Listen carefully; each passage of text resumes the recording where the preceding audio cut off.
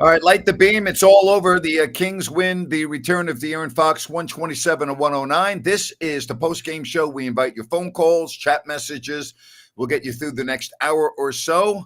Very happy that you have joined us here after a Kings W, Ryno. And other than the first quarter, everything was fine and dandy for the Kings. Yep, hell of a second quarter. Got a little stagnant at times in the second half. They opened the second half up, though, Grant. 8 of 8 from the field and a trip to the free throw line.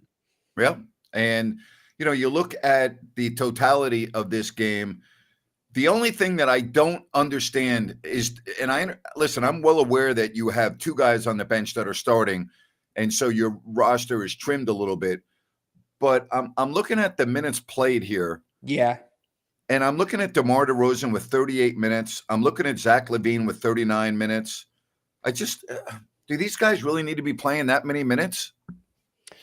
Tonight, I think you did. I really do, because one, the Spurs were within striking distance, Grant. In the fourth quarter, they got as close as 13 points. You got to make sure you get this one. And coming out of the break, I said you got to be 5-2. Tonight secured 5-2 out of the break. Where are you going to go for offense if one of those guys isn't on the court, Grant? Well, yeah, you were hoping from the bench, but really you're not getting it from the bench, and you're hoping that LaRavia becomes more consistent, and well, that's not happening. Again tonight the shots prove that his inconsistency. I'm looking at his final numbers. He missed 7 of 9 shots. Yeah, his impact was a lot more than his shooting, though. I would say, and I'm going to sound like a homer, the shots he made were important. And the eyeball test for me, him looking more comfortable in the offense, not as much hesitation, that was important. And defensively, he's giving them this extra level of hustle, keeping the ball alive, that was important. It helped turn around that second quarter in this game. He did have also 8 rebounds and 3 assists. All right, let's talk about Fox. 16 points, but missed all 6 of his 3-pointers, which has been the story for him. He's just been the story. And yet the Kings doubled him a few times in the first half, Napes. Yeah, what did you think about that? Were you a little perplexed by that? I was.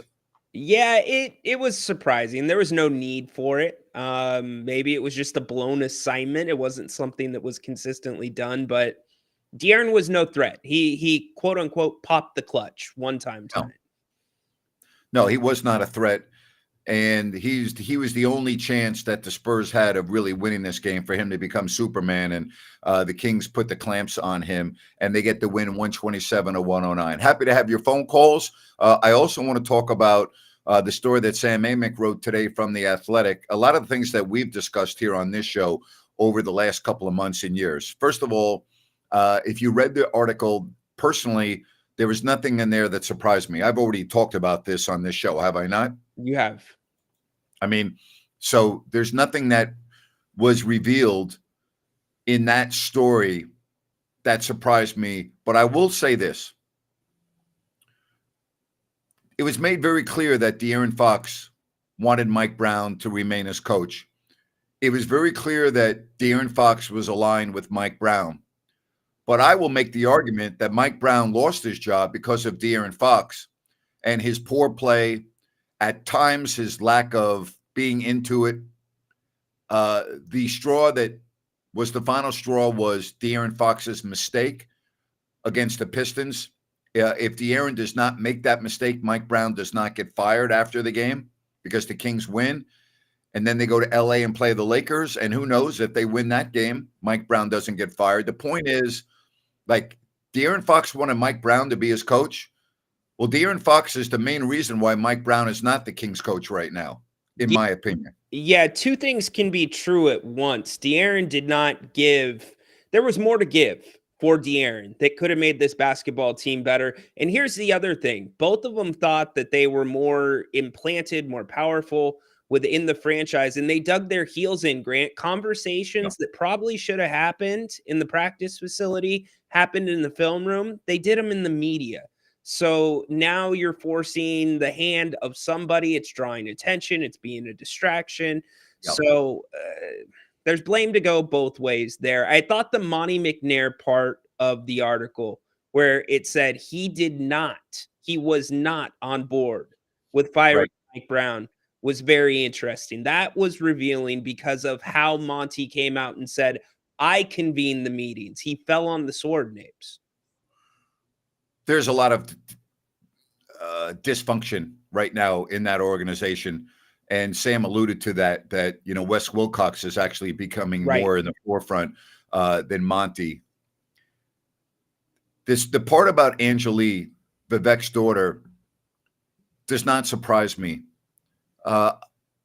I got to know Anil, his son, quite a bit because he would travel quite a bit to the games. Yeah. Vivek's other son joined the military, so he was not around.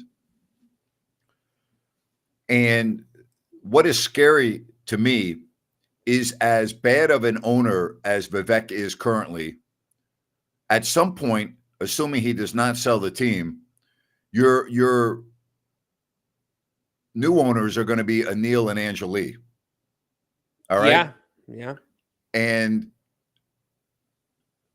for Sam to intimate, which I'm using intimate because it's what he wrote, and I believe it to be 100% true, that Angelique has any decision-making, any input in the Sacramento Kings is an absolute embarrassment.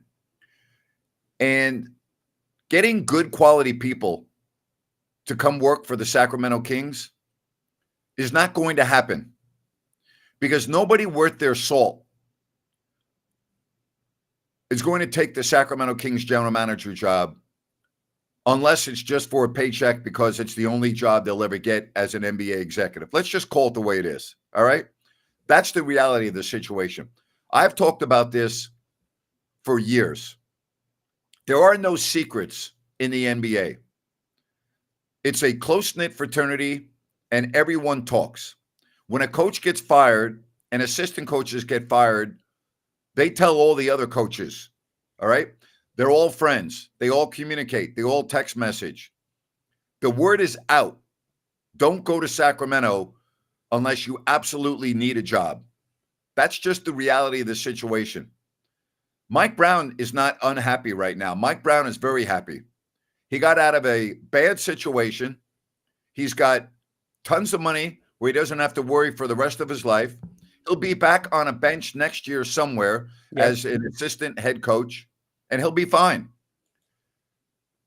This is a repeating, or I should say a repetitive pattern of dysfunction that is embarrassing to the franchise. I think it's a more disturbing pattern of idiocy.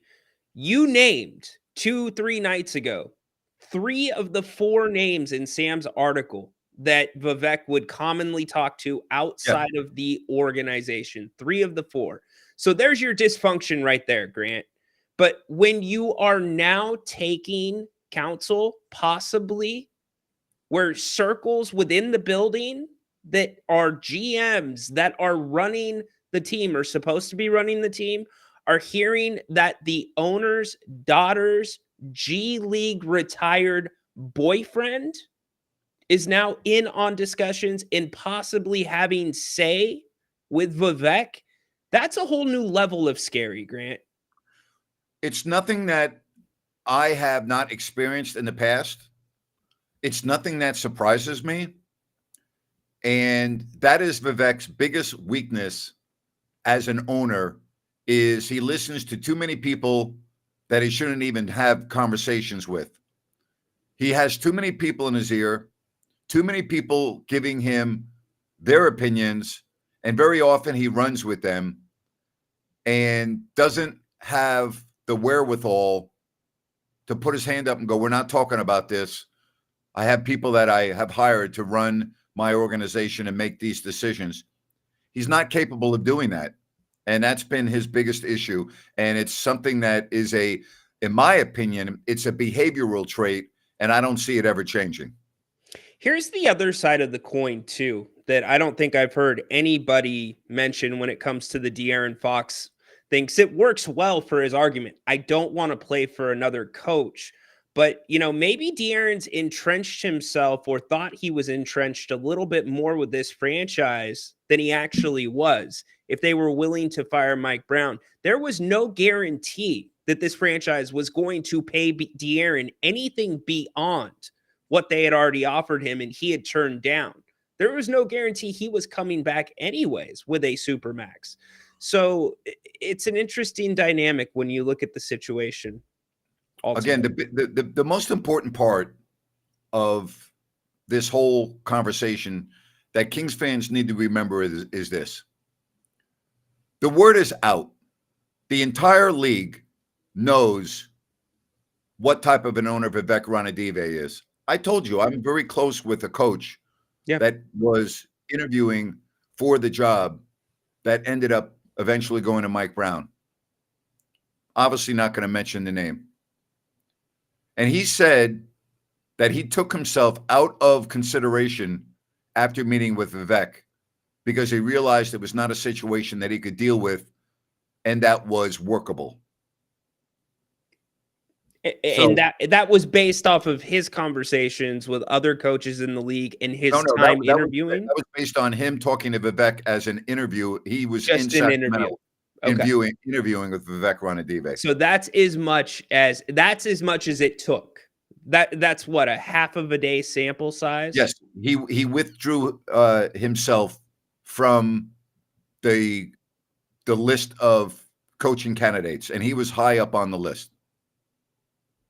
We don't care, Matthew, who Vivek's daughter dates either. It could be Joe Schmo. It's the fact that Joe Schmo is in on basketball discussions with the owner of this basketball team. Do you understand that, Matthew? Much different, my friend. He obviously didn't understand it. I'm very happy that you had to explain it to him. I thought that was common sense, what you just stated. So I don't want to deviate too far off the game tonight, but this is an important topic. And we need to discuss it, and we need to get some input from the fans. Amen. There's nothing that was in Sam's article that I raised my eyebrows over. Nothing. And as a matter of fact, this is only the tip of the iceberg. So read what you read today.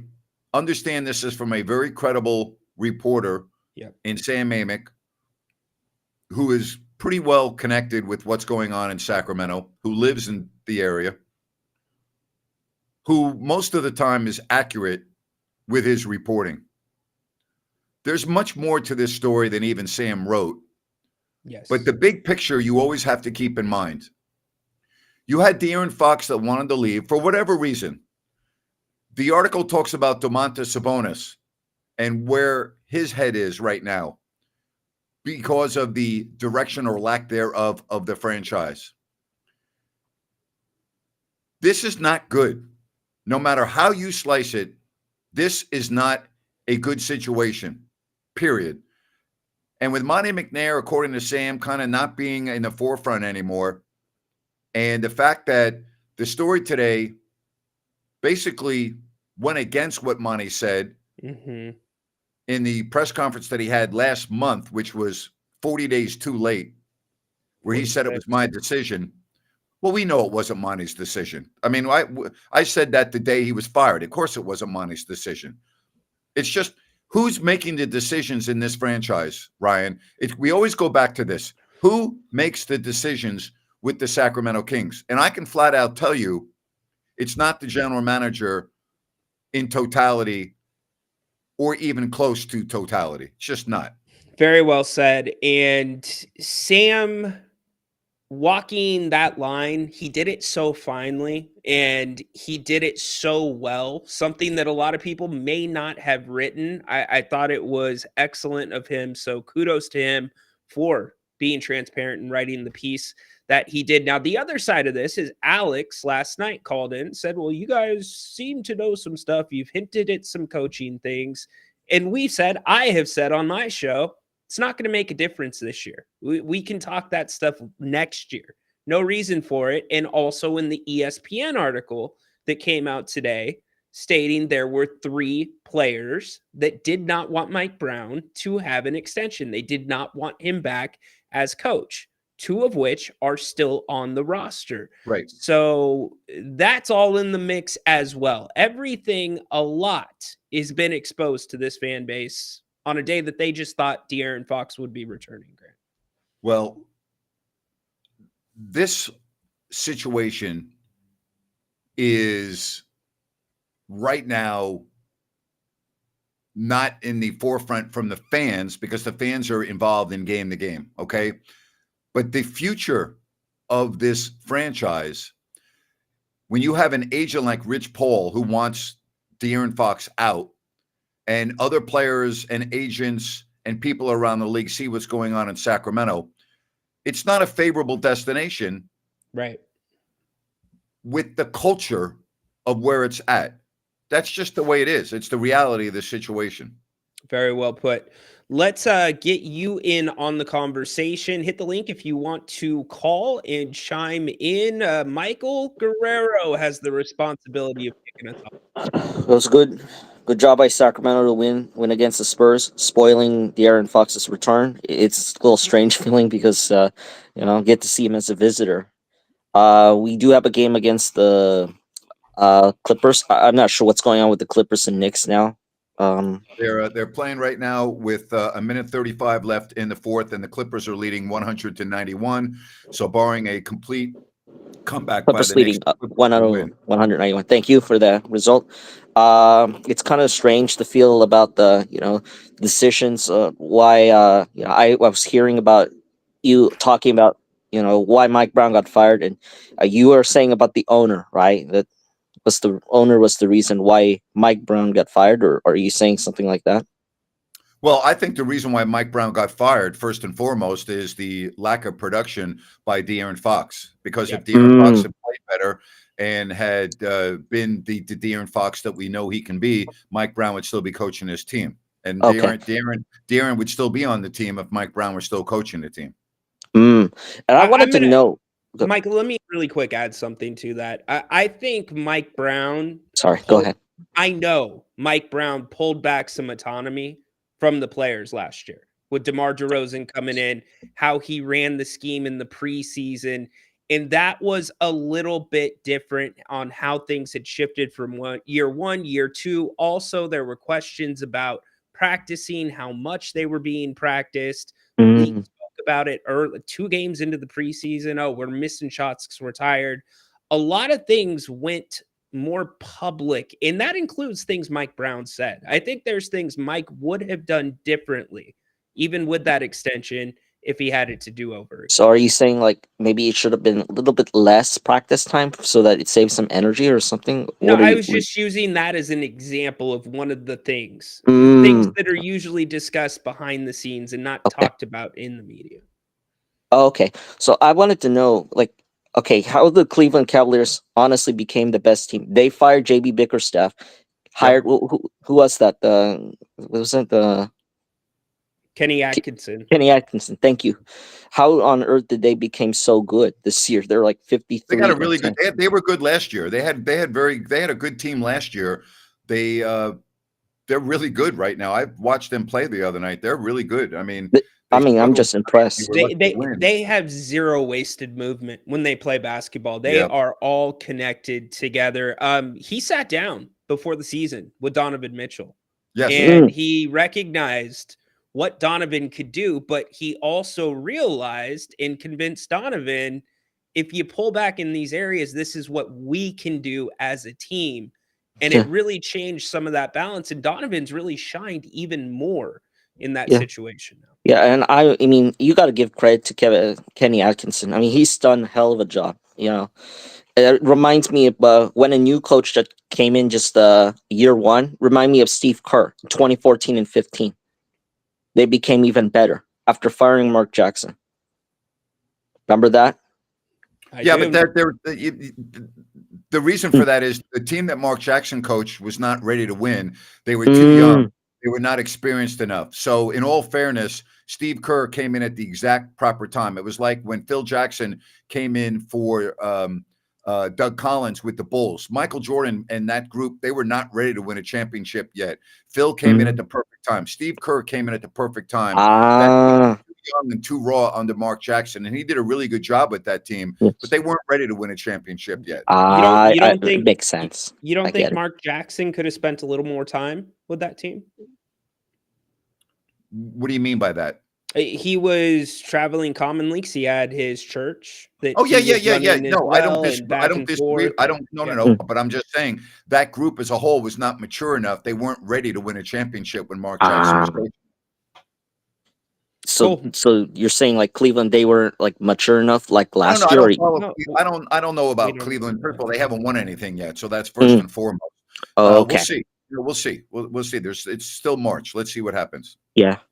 And we do play against the Knicks, and Jalen Brunson out 2 weeks. Yep. That's a big blow.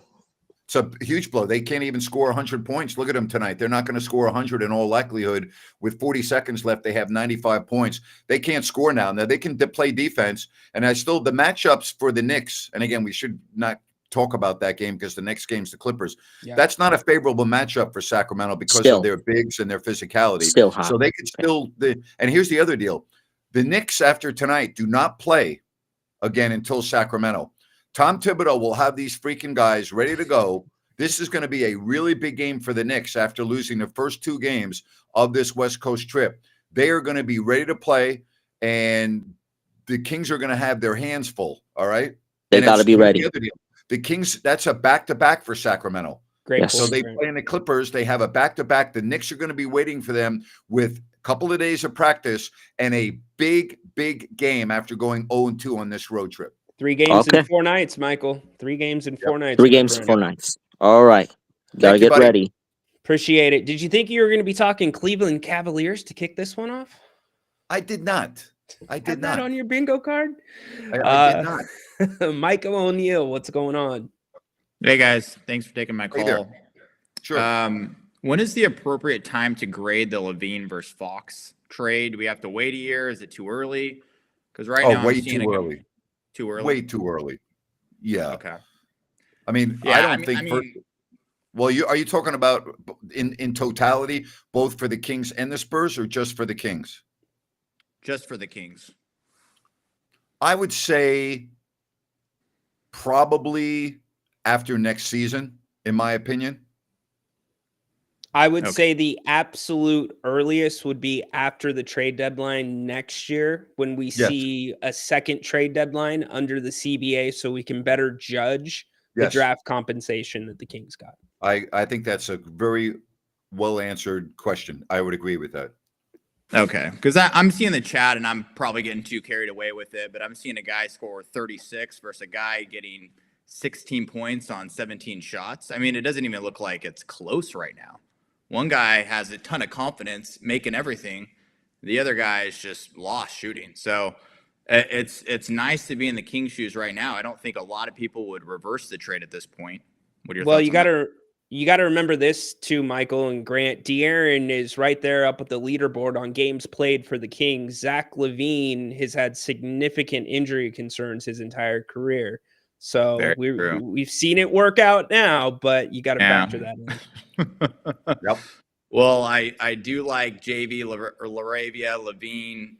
I mean, right now better than Fox Herter and Jordan McLaughlin. I mean, I think I love what Monty has done so far. So, all right, we'll go Kings. Thank you. Kings. Appreciate it. You have a good weekend. Thanks for chiming in. I think there's an argument right now, Grant, that JV could be more important in terms of acquisitions at the deadline. I don't think there's any doubt about it. I would say that's accurate. I also want to talk to you about Sunrise Landing, the newest residential community in Calusa. There's the website you can check out, and these beautiful models, 6 in all to choose from. This is a Plazona development project out in Calusa. Remember, these models have no homeowners. They have no Melrose. Good location. You know, it's right across from the Calusa Golf and Country Club. Good access, I-5, Highway 45, Highway 20. Check it out. Go to CalusaSunrise.com and you will get all the information you need. That is CalusaSunrise.com. And Ryno, don't forget, I am going to be doing a rant with Grant coming up a little bit later in the show. For those of you that would like to give me some ideas, fire away on the chat line. Absolutely. Get them in there, and we'll throw them by Grant, see what sticks. Let's kick it back to the phones. And again, keep calling. We will get to you. Val, what's going on tonight? Hey, Grant and Ryno. You guys hear me okay? Yep. Hey, just wanted to give a big shout out to Jonas, for really stepping up and, handling the center position while Domas has been out. He's been amazing. He's been really good. He's that's what you get from him. He plays the same way every single night. Yeah, he's been great. One more thing I wanted to mention was I just wanted to give a big shout out to Fox for helping Zach LaVine actually build his home here in Sacramento with all the bricks that he put up tonight. Yeah, we've been seeing a lot of that from De'Aaron Fox not shooting the ball well. Yeah, thank you guys. Thanks for taking my call.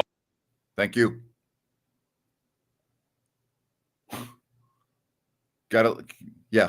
We can't hear you, buddy. You're on mute.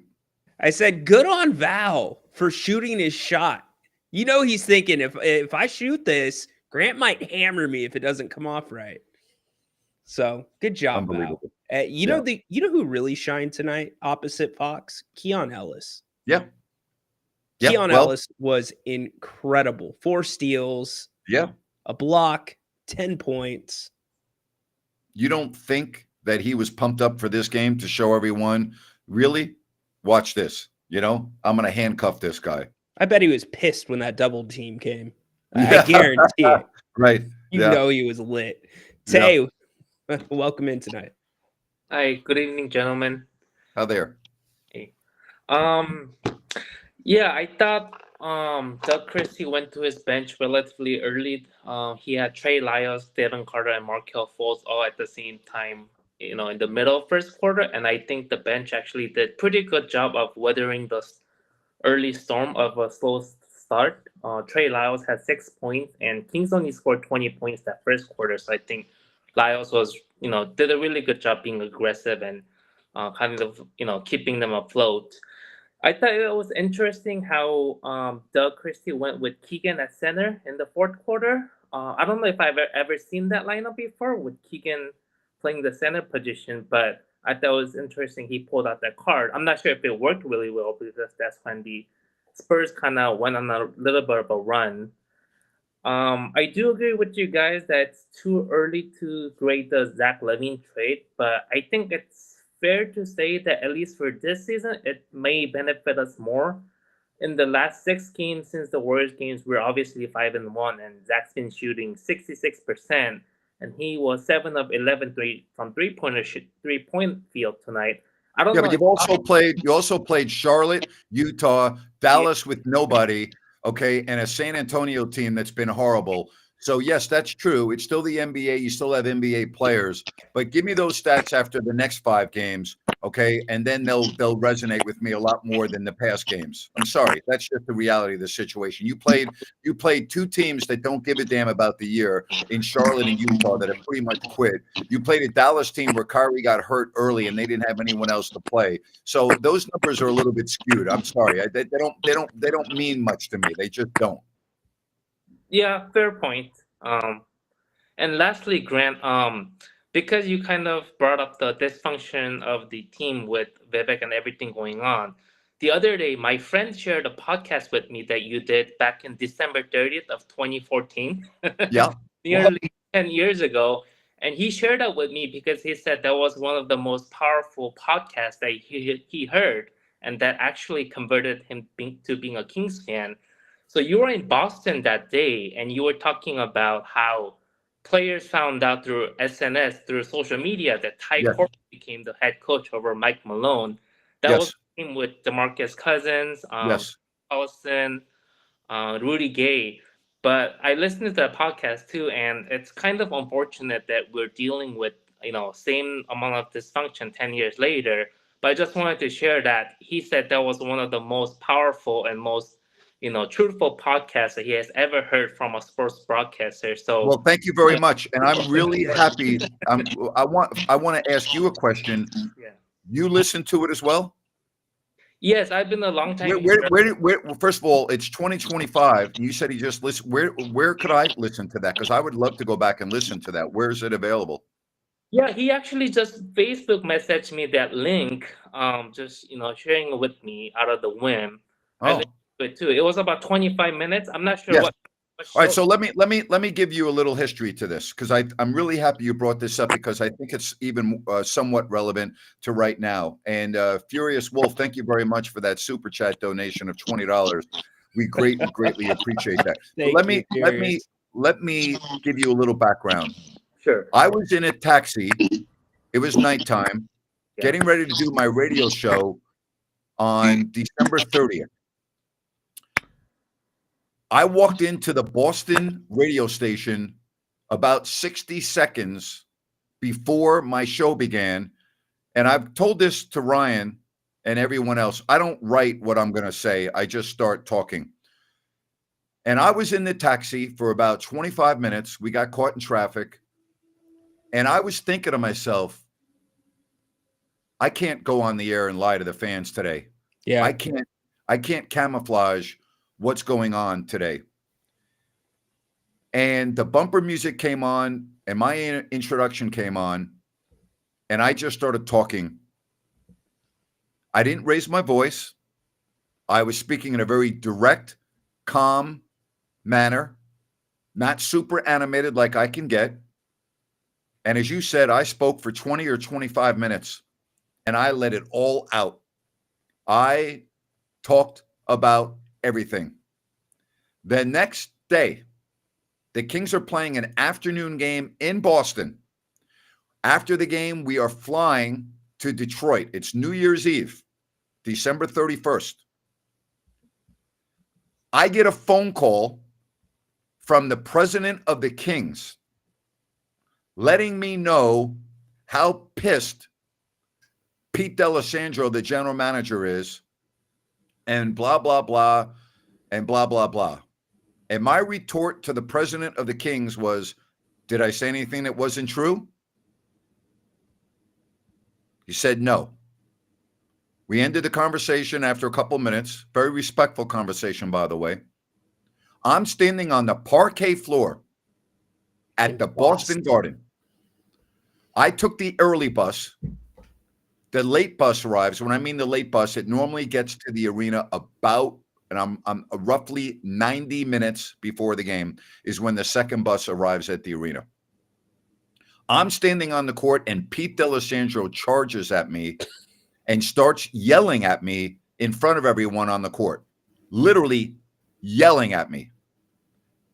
I said, Pete, stop it. There are people that are watching us right now. If you want to talk to me, let's go up into the stands and talk, because the fans had not been allowed in yet. Everyone else, all the players were staring at me, all the media members. And I said to Pete, I go, Pete, did you listen to what I said? He said, no, I read a transcript. I go, you read a transcript? I go listen to what I said. And I go, we talked for like 10 minutes.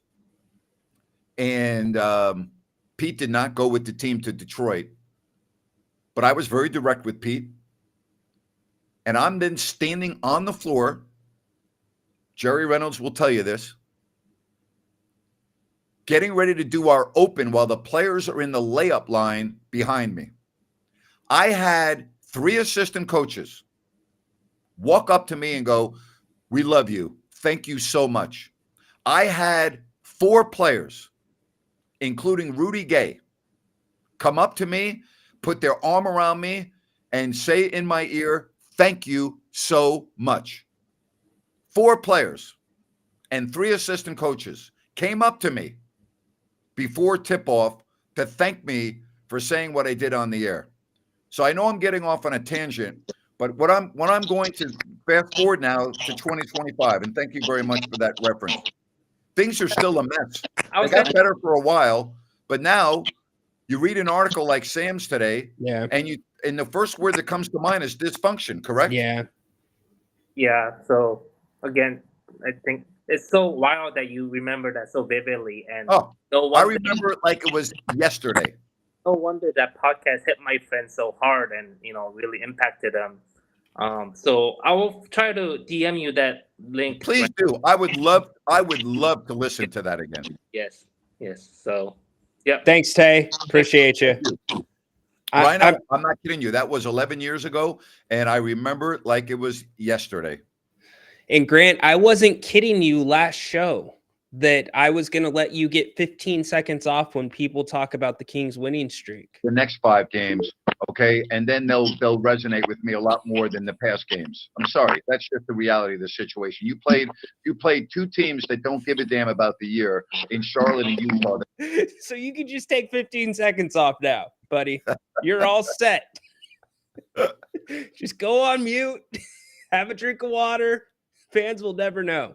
But no, 2014 was podcasting a thing. Yeah, no, it wasn't a podcast. It was your radio show. He was referring to my radio show that was turned into what he would consider a podcast because you're listening to it in a different level. But no, it wasn't a podcast. That was basically the opening segment of my radio show on December 30th, 2014.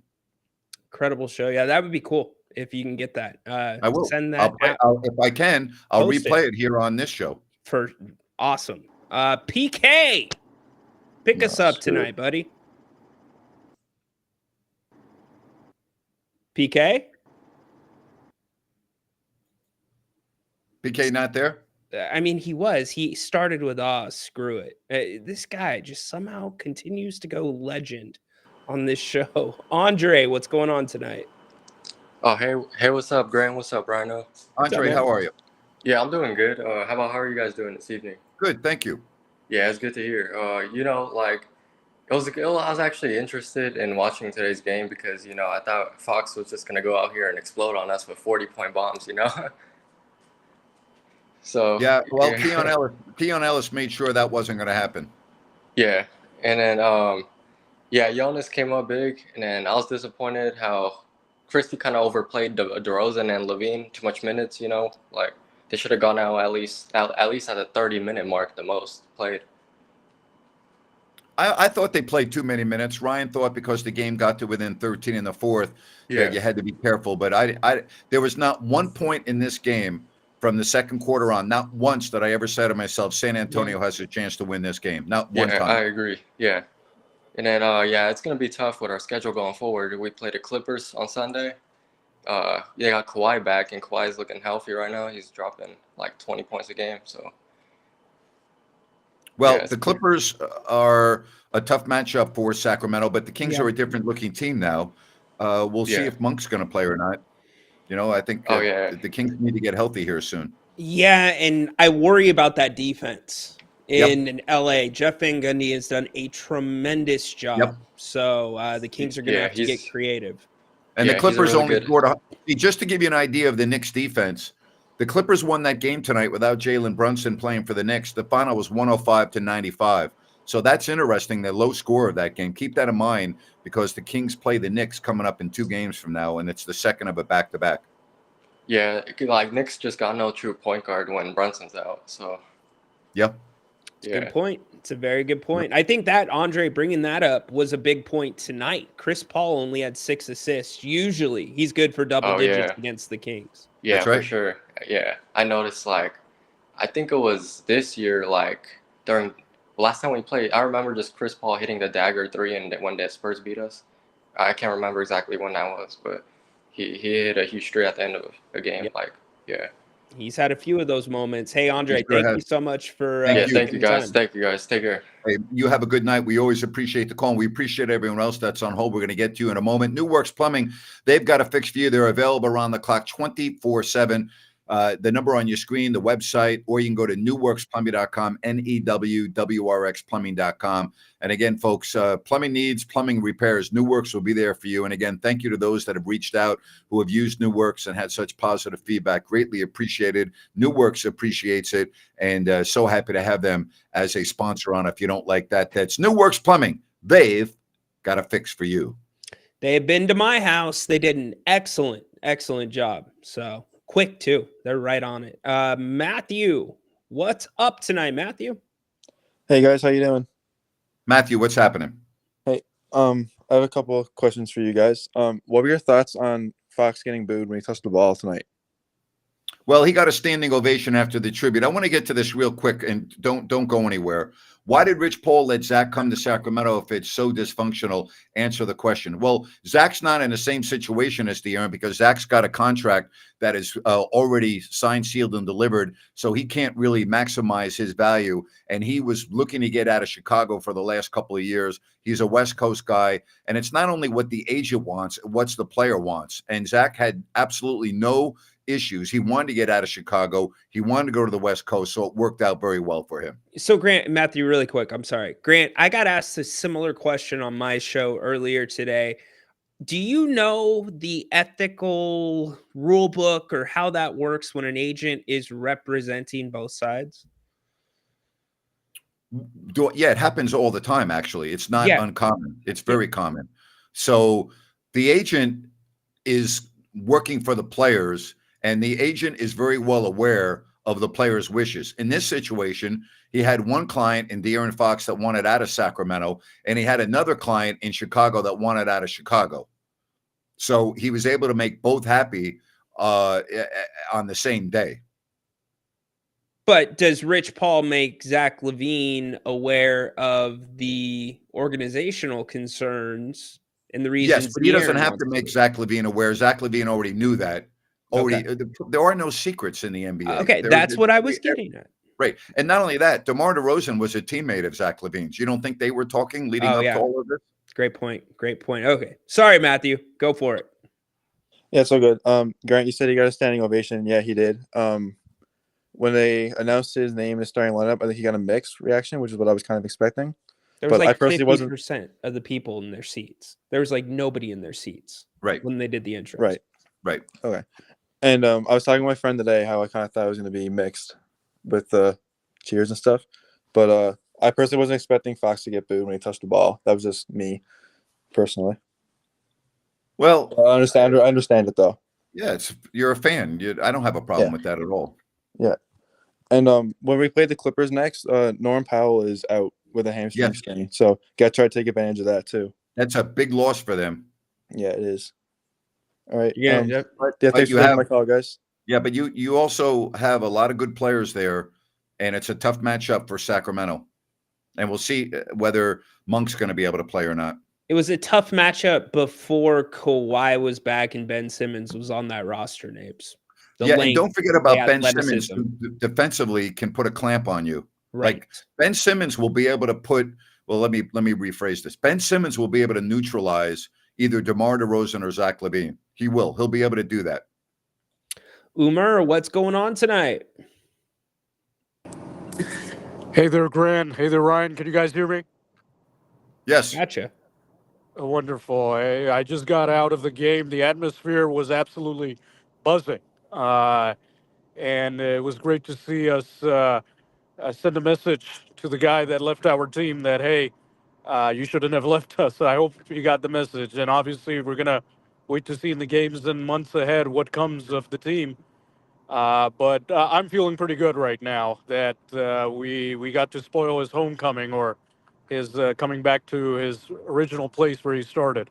My question to you guys is that at what point do we make the decision now that Keon Ellis should be in the starting lineup? I just think it's, the net rating aside, he's passing the eye test in a team that otherwise has so many ball dominant, offensive heavy players. He just fits in and plays great team basketball. And obviously, we're not getting so many of these wins without his effort. Who's going to make the call now that, hey, injuries aside, he needs to be in the starting lineup in the place of one of these players, even if they're not injured?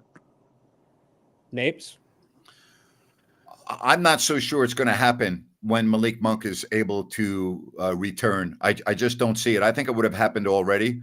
I think a lot of people would agree with you. Jerry Reynolds agrees with you. Ryan's talked about that. But I just don't think it's going to happen. I think what you have been seeing recently when Monk was on the floor, you've been seeing Keon enter the game earlier than normal. Yeah, for Zach LaVine.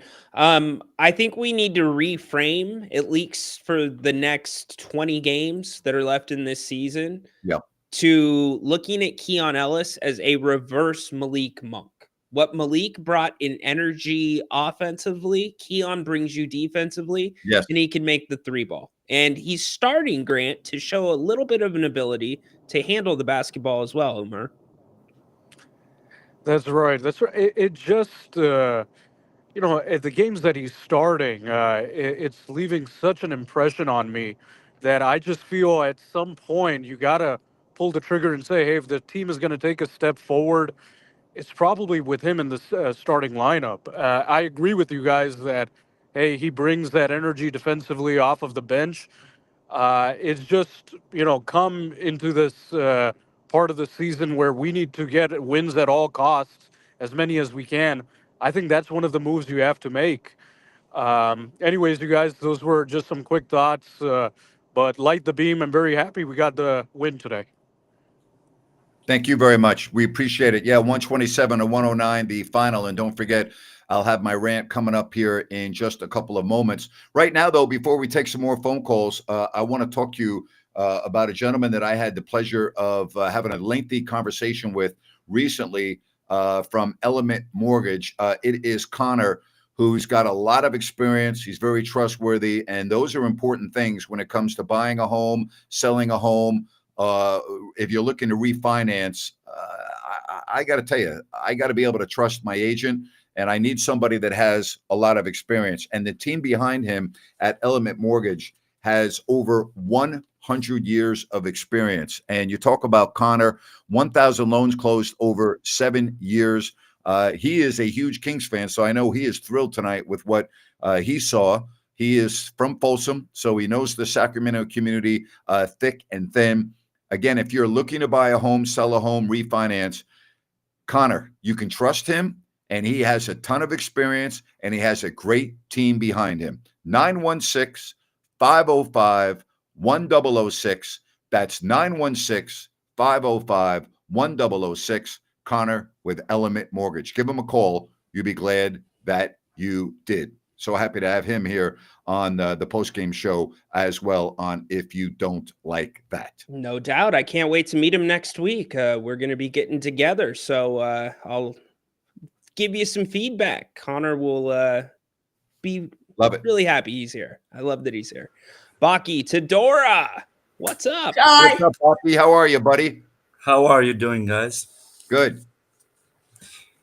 Hey, I will say very important after 4 in a row to have after defeat when the team was very good against the Denver, and this is very important one before all that very hard games that we are expecting from now. So this one was like to have a good atmosphere for the next one. And I will not say nothing special about the game. Everyone was doing great. Only one thing to say, I'm not the greatest fan of Jokic, but tonight we witnessed another history. I don't know if you were aware about the guy just took NBA history with 30 plus, 20 plus, 20 plus. So the biggest triple-double in history of the NBA. So crazy stuff. With broken ankle, I mean, not broken, but with injury, to do this thing like that and go into overtime and crash the Phoenix in overtime by himself, it's unbelievable stuff. Really. He's dynamic. He's a generational talent, and he's in his prime, and we're going to be seeing this for many years to come. I think he just right and signed this year's MVP. I hope so. But I don't know. Maybe they're gonna give to Shea, but I don't think so. It will. I say again, I'm not the one who is cheering for Jokic and rooting for Jokic because he's from Serbia. Not at all. You know me. But I'm glad that history numbers are crazy, and I'm really glad she was witnessing it because she woke up somehow right on time. Yeah, not on purpose. I just come to the living room, I see Sacramento play, and then play Jokic too. I don't love the game was really good. I don't like Levine that much, but he played amazing. Yeah. That's true. And when Jokic win, no matter because he was from Serbia, I was like, no, because when he played with Sacramento and win, I was so mad. This is unbelievable. So mad. And I was mad. Really. Well, Can you imagine somebody? I doesn't want to say like your football? English is better. Your English is better than 50% of our callers. So great job with your being bilingual there. That's great. Well, appreciate Grant. Appreciate you. You know what I'm else? joking to my For me callers. to I'm know just kidding. English because from Can you believe she's now learning Korean? She likes Wow. Korean and she's now Wow. learning Korean. Good. I wish I had a Kamsahamnida. brain like that. So Tadora, does that mean you're going to learn how to say "Holy moly, Jimbamboli" in Oh, I Korean? will see if I can. But now I can just say, holy moly, Zimbabwe. Love it. Love it. You all have a good day. Thank you so much for calling. It's always a pleasure to see both of you. Like I'm pretty sure like Baki serves Tadora a piece of basketball and some net for breakfast. You think? It's incredible, their love for the game. That's what makes this game so special. Hey, by the way, a lot of people are asking for the link. You can't put a link up on the chat line. He sent me a direct message of the link, and I took a photo of it. So I'll try to figure out how to do this. And I have it up. Oh, I have good. it up. So whenever you want it, we can Oh, really? distribute it. We can play it. Wow. Your call. Yes. Wow. You know, you're amazing. You're technologically advanced. I'm a technological moron. I'm not as good as you think. I try. I bend a lot of people's ears. Let's bring Andy in. Thanks for waiting tonight, Andy. Oh, it's all good. Grant and Ryno, how you doing? Good. How are you? I'm doing pretty good, especially after a Kings W. I just had a quick question. Correct me if I'm wrong, but I do believe Luke Laux is in charge of most of like the defensive play calling and schemes, and I'm just wondering, now that our defense is actually starting to pick up and look a little bit better, now that that he just coached his last game, I'm wondering if you guys expect a drop off in defense or anything like that. I don't think he's coached his last game. No, think it was announced that today was his last game because he already got the head coaching job at FSU. Okay. I did not hear the back end that this was the last game. I didn't hear that either. Yeah, I know didn't the hear that either. FSU job. I thought Leonard Skinner was coaching through the end of the year, That's but what I I thought, could too. be wrong. Yeah, no, it was on there. I saw a couple You know what? reports. I'll look into that. I did not hear that either. So if you're accurate, I apologize for not knowing that, but I didn't hear that. Oh no, it's all good. But yeah, I did see a couple reports on that, and I was just wondering, now that he's going to be gone, hopefully our defense doesn't have a huge drop off or, anything like that, because he seems to have these guys playing on a string pretty well. They are playing well right now. Again, I don't mean to be negative here, but the recent body of work doesn't really mean much to me. The body of work. I got the button. The body of work coming up starting against the Clippers game for the next 2 weeks, that's going to mean something to me. That game against the Clippers is huge, especially because all the teams with us in this race, the Warriors, the T-Wolves, the Clippers, that seems like they're winning every game just like us. And it's like, we go 5-1 over the last 6 and we don't really move up. We kind of stay the same. It just goes to show like everyone is in high gear right now. All these cannot afford to lose any game. And if we play any of these teams heads up, it's definitely a game we have to take. By the way, everyone is commenting that you're accurate. So thank you very much for that information. And we apologize for, I did not see that or hear it. So thank you for that. Yeah. So now that it is true, what do you guys think about the defense? And I don't think it's good. I mean, I don't think it's good to lose a coach in the middle of the season with 20 games left. Especially when you have an interim Beg your coach. pardon? Especially when you have an interim head coach. Yes. It's not the best situation, but it's not. How do I want to say it? It's not like your death wish, your death knell. They'll figure it out, but it's not ideal. That's for sure. Mike Brown at the start of the year said Luke had some very creative ideas. Some have worked, some haven't. And the way that they played Jokic last game or 2 games ago in Denver, very good. I really liked that. Or last game in Denver. But they're packing the paint less and less, which is why the 3-point attempts are going down because of the increased length with guys. So as you're saying, Grant, not good, but I think the coaches have probably caught on to some of the Yes. things that the Yes. Kings succeed and don't succeed I at. agree with both of you guys. Before I go, I have an idea for Grant's rant. Yes. I don't know if you saw the Stephen A. Smith, LeBron James, Bronny James thing, but Yeah. I don't know what side you're on. But if I had to guess, probably not on the side of LeBron James because a lot of Correct. people aren't. I think that could be a pretty interesting rant. I'd like to hear your take on, him criticizing the media and all this stuff. So that's just an idea. I appreciate that. Thank you.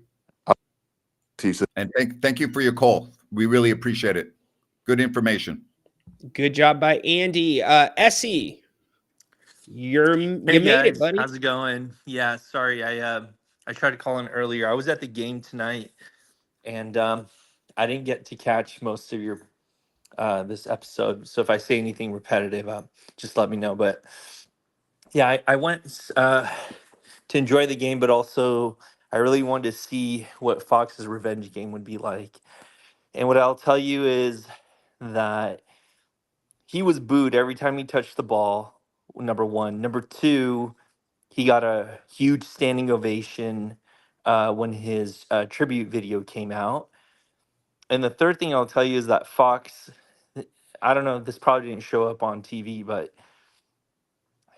during like dead balls, he was just chumming it up with people like in the audience, the fans in the front row and whatnot. He just did not seem like he cared at all about the game.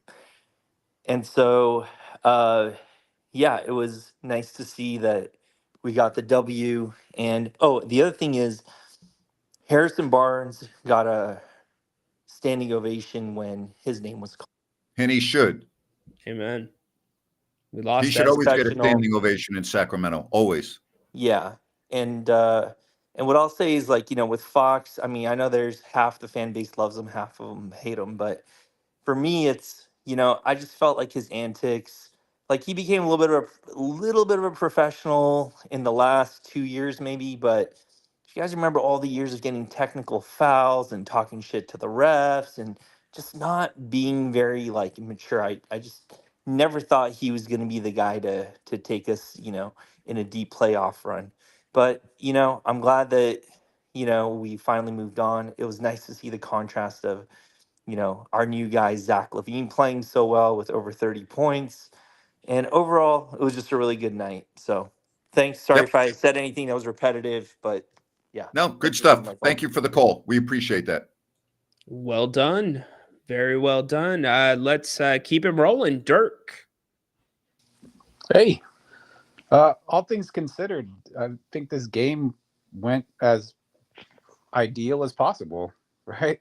Yeah. Fox Yeah. clearly is, I would say, impacted a little bit by the Kings fans, the whole situation going on. Like, I predicted he wouldn't have a great game. He can pretend that he doesn't have any emotions about leaving this town, or I don't think he said that explicitly, but stuff does bother him.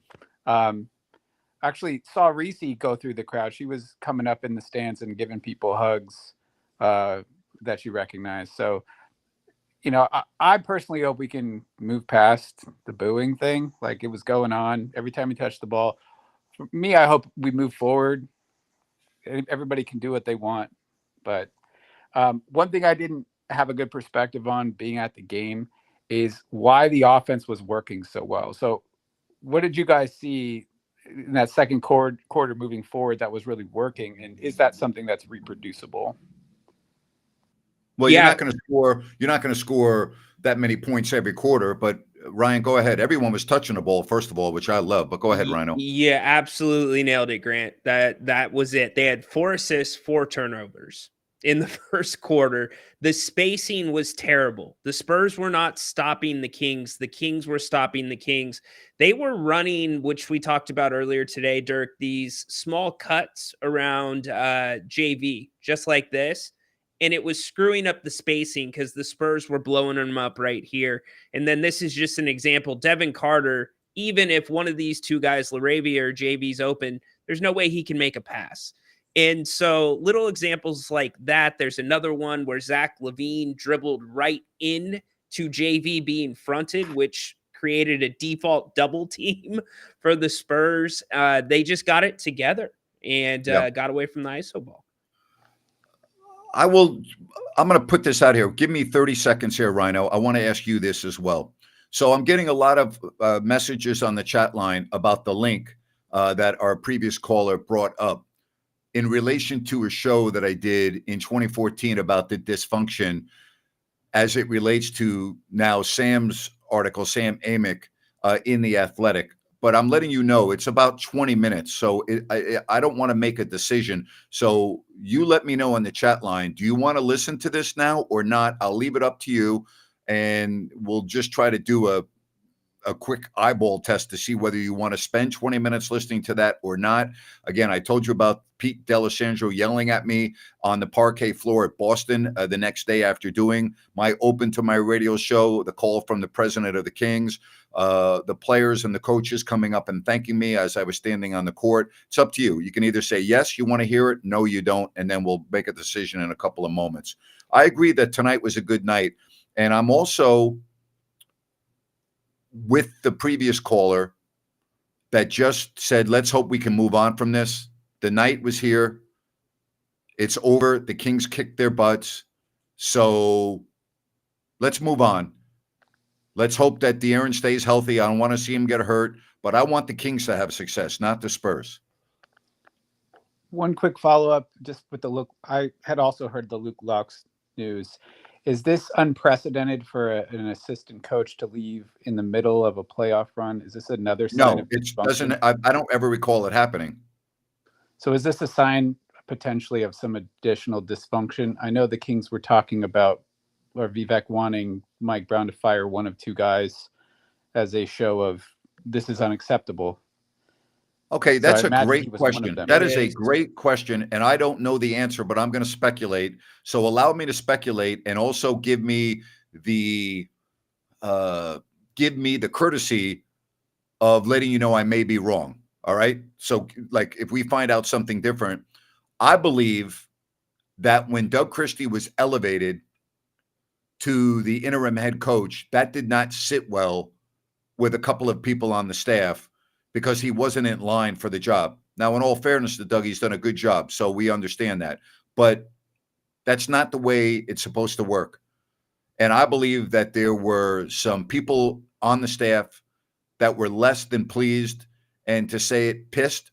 And I believe that the loyalty of some of those coaches as it pertains to the organization could have changed. And so that could be part of Luke saying, you know what, I got a job, I'm leaving. Thank you very much. Goodbye. It's also his dream job too, to a degree. Yeah, you know what? And I'm glad players. Thank you. Thank you for adding that. Thank you. That played at their alma mater, to go back and coach your alma mater, that's like your goal. That's what you want to do if you want to be a college basketball coach. Wouldn't this help your recruiting though? You're about to enter the playoffs. Like, people are now aware that you're going to be their coach. I don't know. It's too late, Dirk. They're recruiting 24/7, the transfer portal, NIL, all that stuff. I mean, full swing right now for next season already. Cool. I'll head out. Have a good night, guys. Appreciate it. I'll tell you what we'll do, because I'm getting a lot of the feedback, and it looks like it's like 75% yes, 25% no. So I'll tell you what we'll do, Ryno. At the end of our show, yes, thank you. I'll just say, hey, if you want to stay on and listen to this for the next 20 minutes, we'll do it. We won't do it in the middle of the show. We'll do it as we're getting ready to conclude this portion of tonight's show. And then I'll say, here it is from 2014. And I have not listened to it other than one time on the airplane flying to Detroit that afternoon. Is the first time and the only time I've listened to it. So I'm actually very interested in listening to it, but we'll do it at the end of the show. So great idea. Why don't you do your rant and I'll sound check it, make sure we're good. All right. Sounds good. And today's rant is brought to you by EDH Motors Automotive Reimagined. David and Adam, two guys trying to do something different and better. They are looking to sell your vehicle. If you have a vehicle that you want to sell, go to edhmotors.com, and you got the phone number there. You've got the email. Get in touch with David and Adam. If you are looking to buy a vehicle, go to edhmotors.com. Look at everything that is offered. And if you don't find what you're looking for, no problem.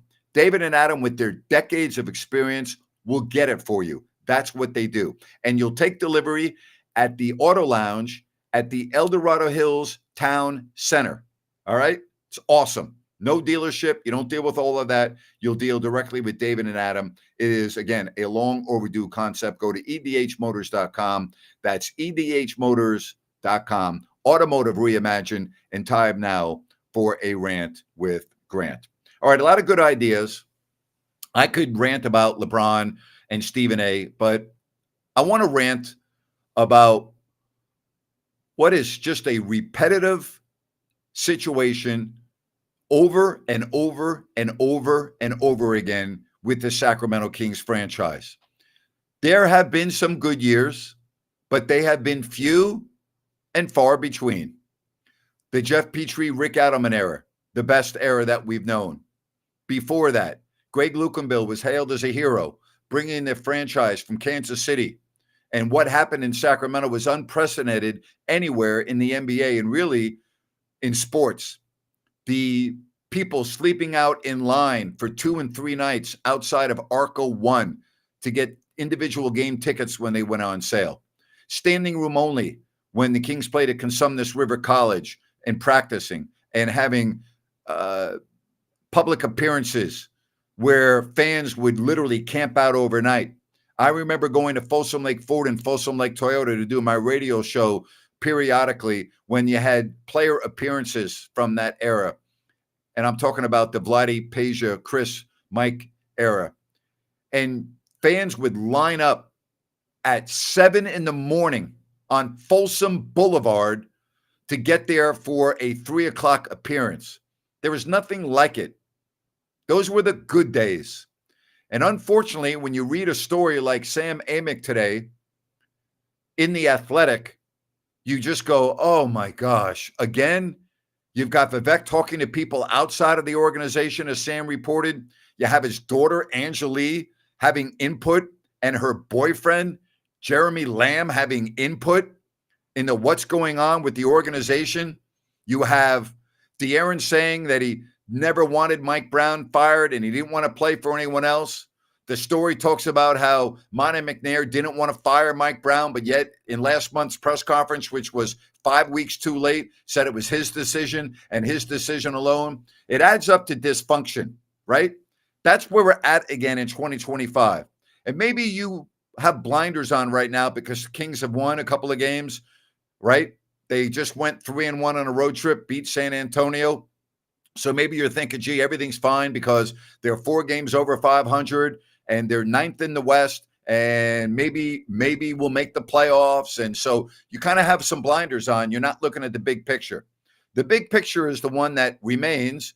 The big picture remains whether this team makes the playoffs or not. And the big picture is there are no secrets in the NBA. None. Everyone knows what's going on in Sacktown. Everyone knows about Vivek Ranadive. Everyone knows about his rash decisions. Everyone knows that he talks outside of the organization and doesn't put 100% trust in the people that he hires. That's not a secret. It's well known around the league. So when we get done with this show, I will play for you, assuming that the link is good, my opening segment from 2014, and you can make a parallel to what's going on here in 2025. Albeit, though, the Kings have a much better record today than they did in 2014 during that horrible, horrific year.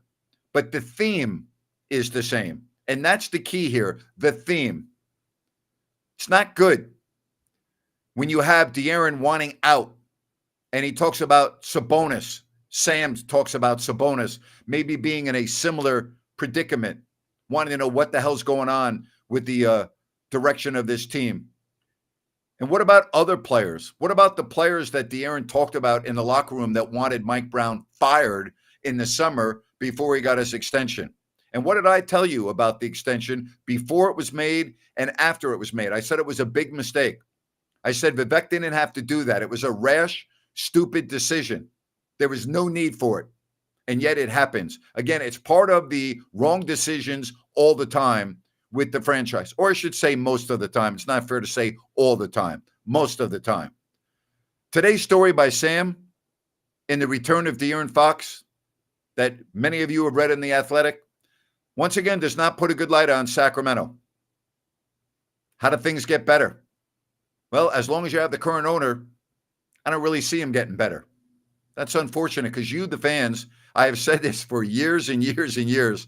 You, the fans, deserve so much better. You really do. And that's my rant for tonight. You know, should we go through this, Grant, with Domantas Sabonis? What's really interesting is if there is was a riff with him and Mike Brown, it never once showed in his play. Once. Very true.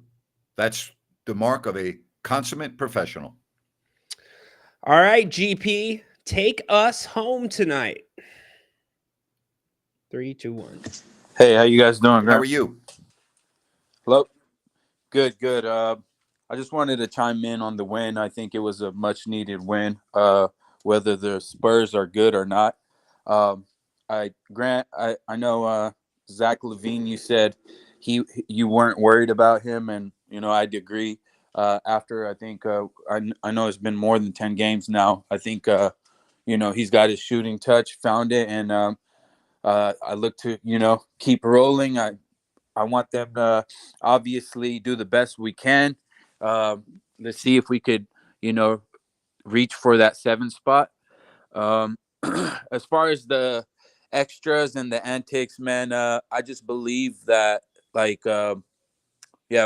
we shouldn't even talk about it on the show. We should just keep it basketball. I know Vivek and these guys they've made mistakes and whatnot, but I don't think our coach was perfect. Mike Brown, honestly, he sucked as a coach. He just sat there. He sucked as a coach when he was the only coach in NBA history to become the unanimous coach of the year. That really sucked. They did a horrible job. You're right. Yeah, but Grant, he's got his money and he's sitting at home happy. Okay, but that doesn't mean he sucked as a coach. Those are two different things. No, Grant, he did. We went on an 8-game losing streak, 4 to the Lakers, and this guy did not want to make subs. This guy did not have the team playing defense like we're playing defense now. That's all I'm saying. You could see the eye test.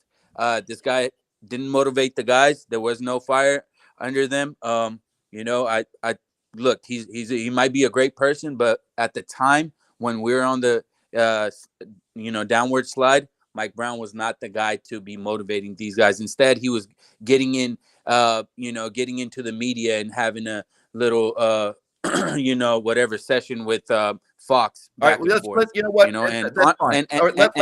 that you're right and I'm wrong. He's not the coach anymore. Let's move on. Yeah, no, exactly. And honestly, both of these guys needed to be gone. If you're getting money to be playing this sport, you got to give it your all. The fans deserve that, and the team sure as hell deserves that too. And as far as Jeremy Lin Lamb having a input, I'd say, Grant, it's better than anybody else. At least he was on an NBA roster and he did play some minutes here. So, it's coming full circle. Doug played here. He played here. I'm hoping we bring in Bobby Jackson or even Corliss Williamson as a coach, or I don't know what's going to happen in the offseason, but that's for the offseason. But I'm looking for these guys to, keep streaking and, keep piling on these wins because JV, DeRozan, and Levine, they deserve our support, and so does the team. I'm not on the air telling anyone that the team does not deserve your support. I don't ever say that. No. I know that. I'm just saying, as a whole, I think we should be just talking about that, and I don't even want to talk about the extras. Fair enough. But love to hear your guys' opinion on that. But I'm gonna listen regardless. But hey, light the beam. And thank you. Let's go win a few more. and get to the Have a 7th good one. spot. Take care. Hey, don't forget about Hey, you too. this weekend, brunch at Bennett's. It is awesome. Whether it is the West Side Grill, whether it's the the Roseville or the Sacramento location, you're going to find great seafood and steaks, and their brunch menu is outstanding. I think you're really going to enjoy it. You go to bennettsrestaurants.com, make a reservation. Again, whether it's Sacramento, Roseville, or the West Side Grill in Rockland.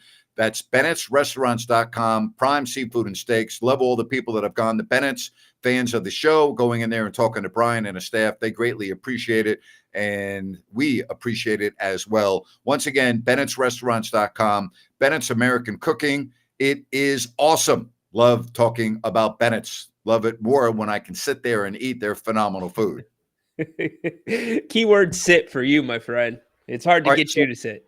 I have a question. Is the link good? Is the audio okay? Link's good. Audio is okay. So we're good to go there. I think that there's a whole nother show that we're not going to do right now that GP brings up with, you get it, because we have a past player now coaching the team. We need Bobby Jackson back coaching the team.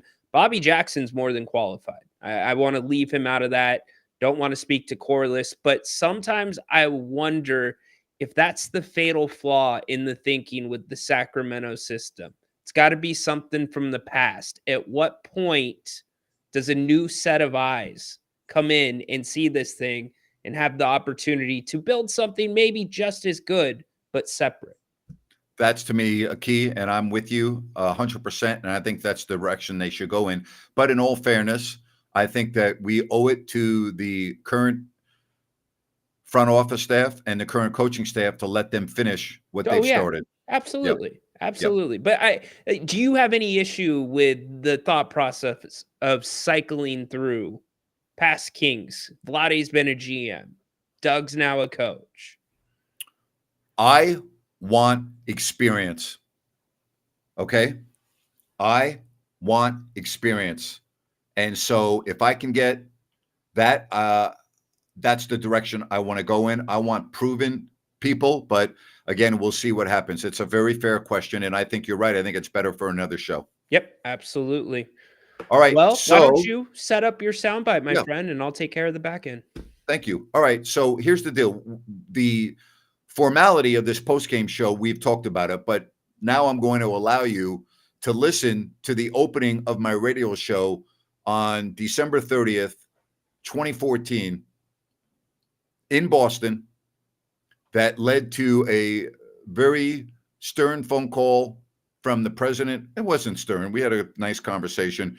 And then a shouting match by the Kings general manager, Pete D'Alessandro, at me on the parquet floor in Boston, 90 minutes before tip-off, which me having to calm him down, lead him up into the stands for an adult conversation.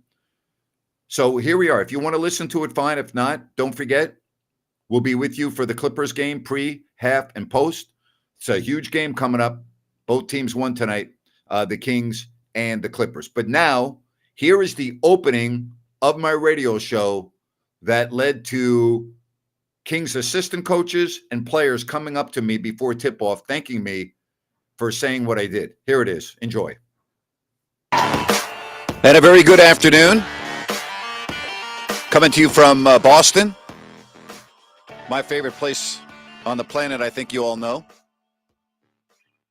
Got a lot to talk about today. It's a full show. I'm going to want your phone call, so you better get on deck now because I think it's going to be a busy show. You know the numbers. If you don't, 339-1140 and 800-920-1140. When the Kings fired Michael Malone, I made the comment, went on the air. I'm like, I didn't like it. I was not a fan of the move. But I said, you've got to put your trust in the people that are making these decisions. And since that time, I've sat back, obviously, announcing every game, talking to a lot of people, looking at fan interaction on social media. And the one thing that is very clear, not only to me, but I know to you as well, is that this team has regressed considerably. And, you know, that's not an opinion. That's a fact. All right. The statistics bear that out. The one-loss record bears that out. And I said when they fired Michael Malone, that we would have to wait and see what plan B was, similar to what we went through this past summer when Isaiah Thomas left to go to Phoenix, and we had to wait and see who was going to be the new point guard, and that player has been Darren Collison. And regardless of whether you think he's better or not than Isaiah Thomas, it's actually worked out pretty well. I mean, I think Darren Collison has been a pretty good fit to this basketball team. But here we are at the end of 2014, and I got to tell you, I got a really bad feeling in my stomach about this. I really do. I was thinking about this on the airplane last night. I've been sitting in my hotel room all day thinking about this. I have a really bad feeling about what's going on right now. And I have a bad feeling because I can sense it with the fans. Before I left on this road trip, whenever I was out in public, I had a lot of people coming up to me speaking about the Kings in critical terms. Last night, being in the Mecca of basketball, which is New York, there were many national beat writers that were at the game last night. And they were all coming up to me asking me, gosh, what is going on out there? And it's really difficult to be asked that by so many people that I respect. The same thing happened when the Knicks were in town the other night. I had a lot of people that work for the Knicks coming up to me asking me, gee, what on earth is going on?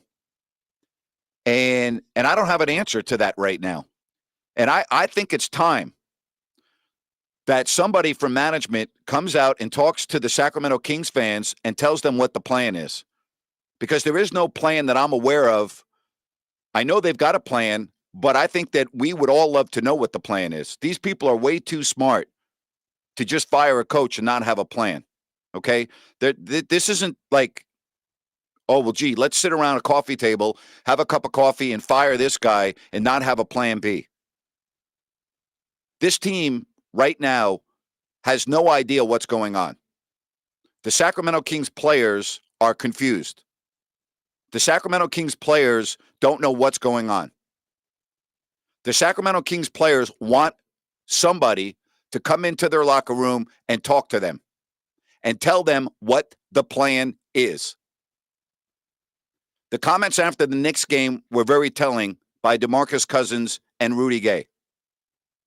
Okay, I think that speaks volumes of the confusion and the perplexed state that this team is in right now.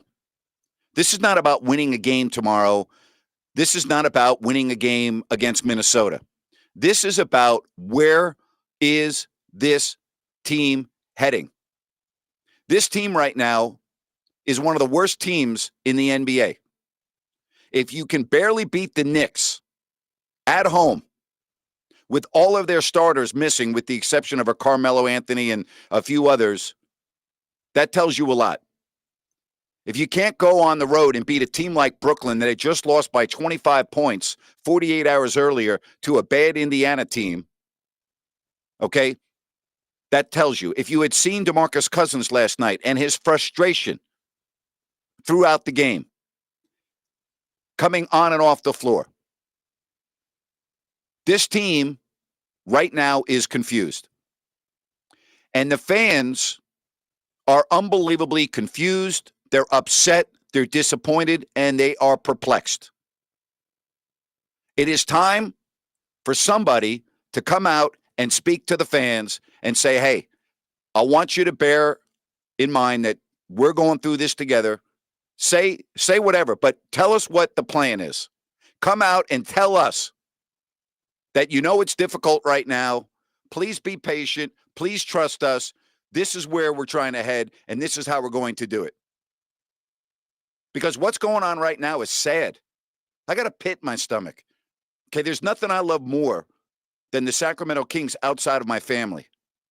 Okay, we fought so hard to keep this basketball team in this community. We've got a brand new entertainment and sports complex being built right now in downtown Sacramento. I can't wait for 2016. But 2016 is 1.5 seasons from now. And the fans that made this all possible with their grassroots efforts and everything that went into keeping this team here. The great start this year, 5-1, 9-5. And then DeMarcus Cousins gets viral meningitis. And it's almost like the entire bottom fell out from the building and it collapsed. And it's collapsed. And now it's in rubble.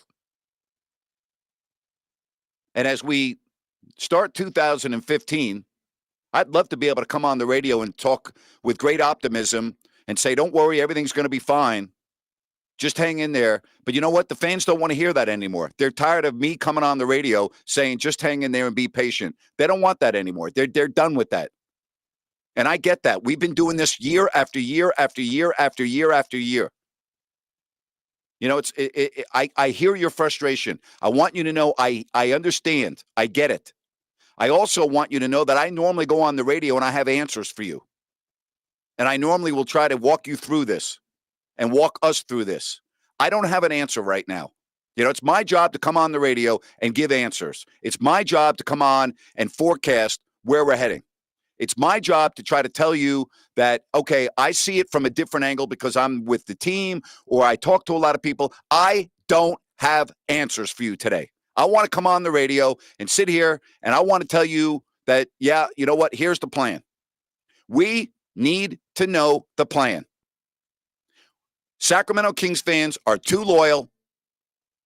They are too invested in this basketball team, in this community, to see what is going on right now. And I feel awful for the players because, you know, it's anyone's right to make a change in management. It happens every day in corporate America, and it happens all the time in sports. That's part of the culture that we live in. And I'm a fan of Michael Malone. In retrospect, I think we all can see that it was not the right move, at least for this year. If you wanted to make the move, you should have made it before the season or you should have made it after this season. But just to pull the rug out from everybody is not fair. It's not fair to the players who busted their ass all summer, all training camp, and started off so well and were so into one another on the floor. You know, the camaraderie, the chemistry, it's not fair. Unless you have a plan B, which is better than what you had. And I'm fine with that if you have a plan B and it's better than what you had. I mean, after all, you know, if you can go out and get yourself a really, really good coach with a proven record, as much as I like Michael Malone, I can justify it. I can say, okay, you know what? I get it. I understand. I'm fully with you. I see it. I understand. And I would have no problem coming on the radio and say, hey, you know what? Hang in there. Be patient. Okay, this is going to work. But it is not working right now. Okay, it's not working right now. And I have talked to a lot of people in the organization and outside of the organization. And I will tell you that this feeling is not my opinion. It's not a couple of fans here. It's not a couple of fans there. This opinion of mine, I believe, is shared by the majority of people in and out of the organization. And so as we sit here and we get ready for a new year, there has to be a disclosure of what is going to be the next move. It has to happen because this community and this fan base deserve it. Because they have fought too damn hard and have been too damn loyal to watch what's going on now. You know, you just can't sit here and go, well, gee, everything's going to be fine. It may be fine, and deep in my heart, I actually believe it is going to be fine. I mean, I really do. But it would make the feeling easier to digest if I knew what the plan was. Okay? We heard the words up-tempo. This team can't play up-tempo. I mean, come on.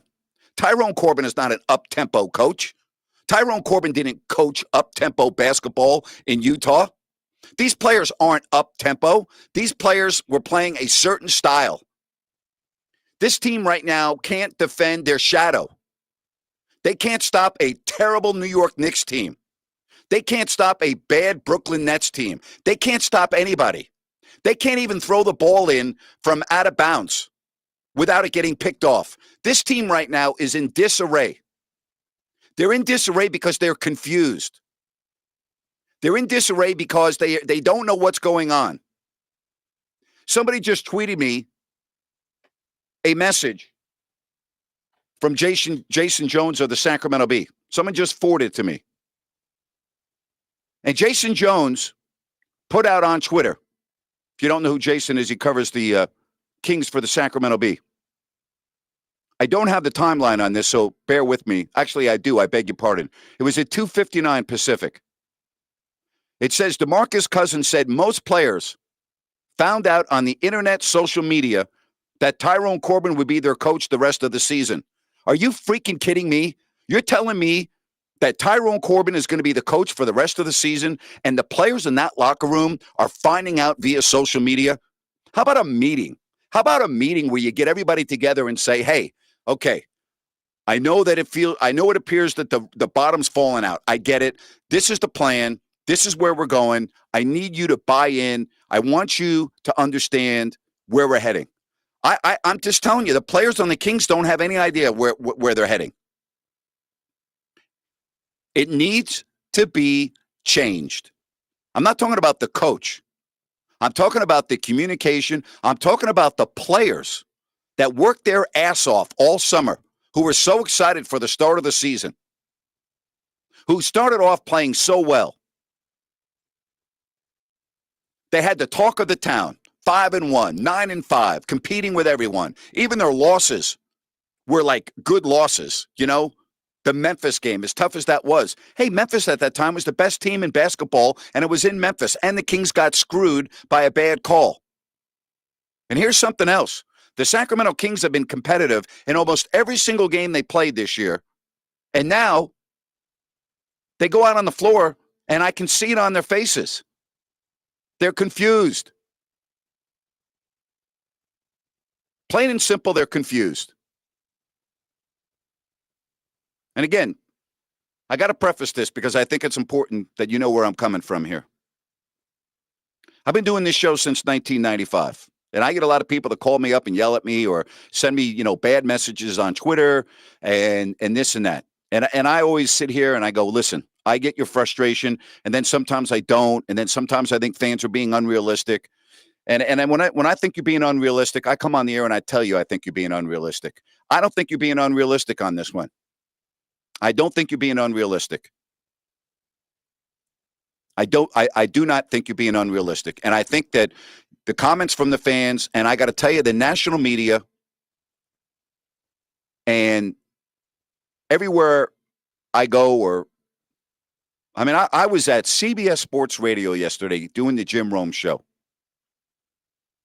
And I'm speaking, I'm not even going to mention their names because I don't want to. They're very well-known names, and I don't. They may have thought they were talking off the record, so I'm not going to mention their names. But they were asking me, what is going on out there? Boy, weren't you guys playing well? What's happening? And I'm sitting there, and I'm like, yeah, I don't know. I don't know what's going on. I just it's going to get better, and blah blah blah.